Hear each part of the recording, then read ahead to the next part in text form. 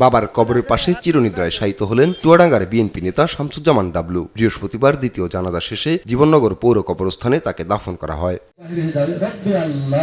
প্রিয়জন হারানোর শোকে এখনও বিহ্বল পরিবারের সদস্যরা। ছোট ছোট 3 ছেলে মেয়ে নিয়ে ভবিষ্যতের অনিশ্চয়তায় ডাবলুর স্ত্রী। তিনি অভিযোগ করেন এই হত্যাকাণ্ড পরিকল্পিত। আমার অপরাধীয় গতি কি কখনো পূরণ হবে বলেন আপনারা?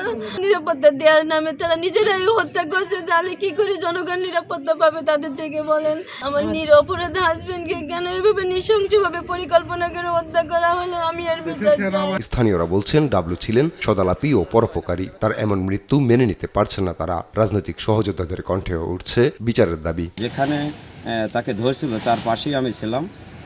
আমরা পাশ থেকে যতটুকু অনুভব করেছি, তার কান্নার আওয়াজও আমরা শুনতে পেরেছি। মৃত্যুর পরে যখন দেখা তারা নির্মম অত্যাচারের পরে তার ঘরে এসে তাকে অস্ত্রের অস্ত্র নাটক করা। মানুষ মনে করে এটা একটা হত্যাকাণ্ড এবং নৃশংস হত্যাকাণ্ড।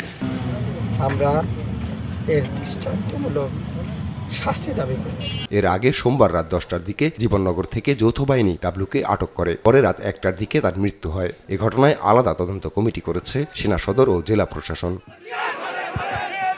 আপন অপু, নিউজ ডেস্ক, দেশ টিভি।